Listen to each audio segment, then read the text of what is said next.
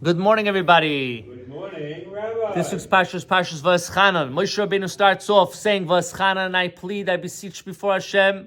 And then the next pasuk says, Hashem Elokim. He refers to God with the names of Hashem Elokim. Ata Achiloisa, you started to show your greatness, your mercy. You let me touch a little bit of beginning of Israel. Perhaps I could go in. So it's explained, why does Moshe Rabbeinu use the term Hashem and Elokim? These are two different names of Hashem. They represent two different things. Hashem is the name of God as miracles. Elokim is the name of God as nature. That this is the name of God, the way God refers to nature. So the truth of the matter is they're both gods, the same God.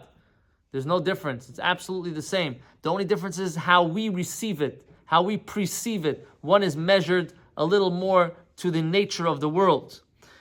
Now, every person has also in them these two elements. You have Hashem and you have Elokim. You have the body, which is like the nature of the world, and you have the soul, which is like the miracle element higher than the world. And a person has now the job to elevate themselves. When you love Hashem, it says, V'ahavtas Hashem l'elekecha, love Hashem your God, b'chol levavecha. It should have said b'chol libcha, with your whole heart, where it says levavecha, extra vase there. So it's explained that it means there are two elements that you have to love Hashem with your body and you have to love Hashem with your soul. It's two elements to have an expression to Hashem. Now there are those that are people that are working on themselves and there are people that are not working on themselves. They didn't get there yet. Now the people that didn't get there yet, not only they're not elevating themselves, but they're falling. Their soul is not only the body is not being elevated, the soul is falling down because it's going after the taivas, the influence of the body. And this is what it says when it comes to Tisha B'Av, when it comes to the destruction of the temple. It says, it says like this, Chet Chata Yerushalayim, a sin has sinned Jerusalem. There's a double chet.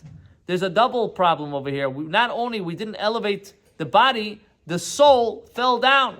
And that's why when we do tshuva, it says, Nachamu, Nachamu Ami. Hashem will give us two levels of consoling. One consoling for the body, and one consoling for the soul. How do we bring about this higher level of godliness? So that's brought down through Torah and mitzvahs. The regular world runs on regular fuel, but if you want to have the spiritual fuel, the higher level, that is through Torah and mitzvahs. Hashem should help. We should be inspired to recognize what exactly Tisha B'Av is all about. It's the lack of the body, the lack of the soul. We have to try to reconnect, recalculate, what's the word?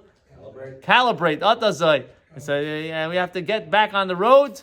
We have to make the revelation be the real one, and we should be zeicha to the ultimate redemption. B'karev mamish. Amen.